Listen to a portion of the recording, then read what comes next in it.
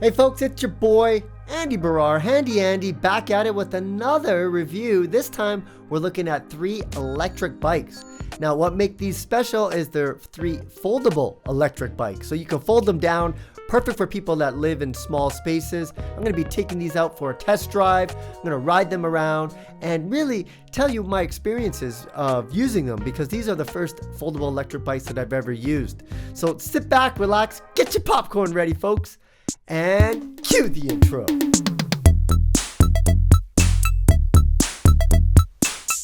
So let's just talk about the similarities between these 3 electric bikes, the Gyrocopters, the GOTrax, and the GoCity. You'll notice that all 3 of them have fenders. Fenders are very important for electric bikes. Believe it or not, you can buy some that don't come with fenders.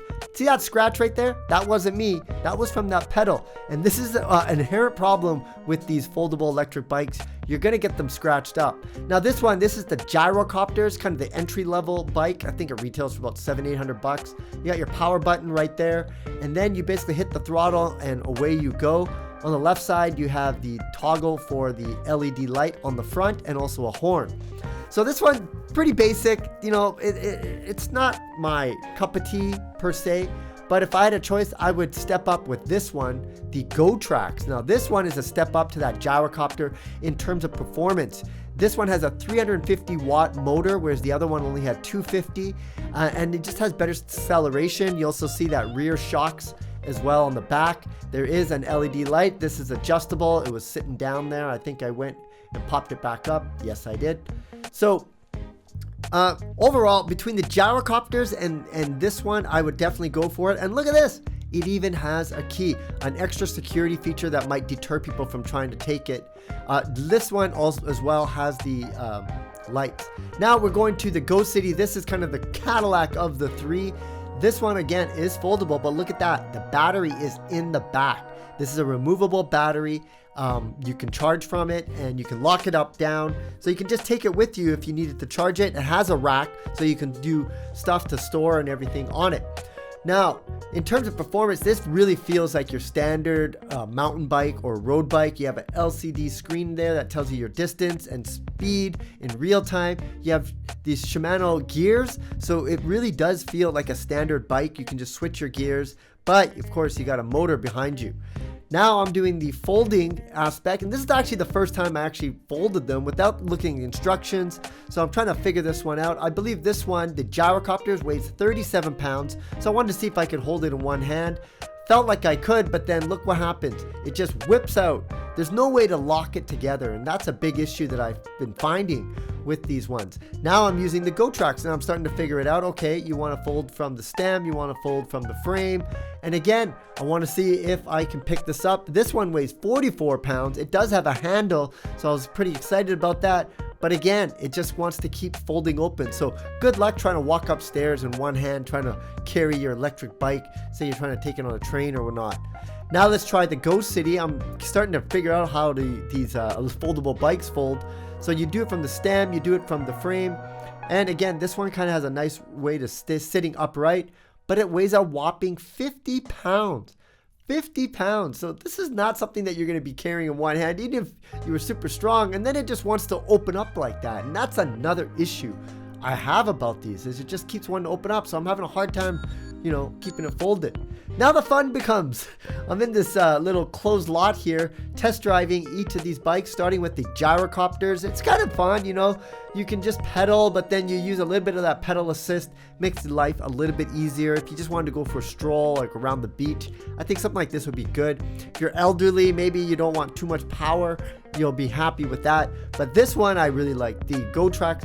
It just got a little more oomph. It's very similar to the Gyrocopters, but it's got more oomph. It's much more enjoyable. It's got that same kind of design in terms of its size, but just that acceleration, you know, this is something that I would prefer over the Gyrocopters. I would pay that extra for that, 100 watt extra motor power. Just gives you lots of acceleration. Now let's go to the Cadillac of the 3, the GoCity. This is more of your like standard road bike.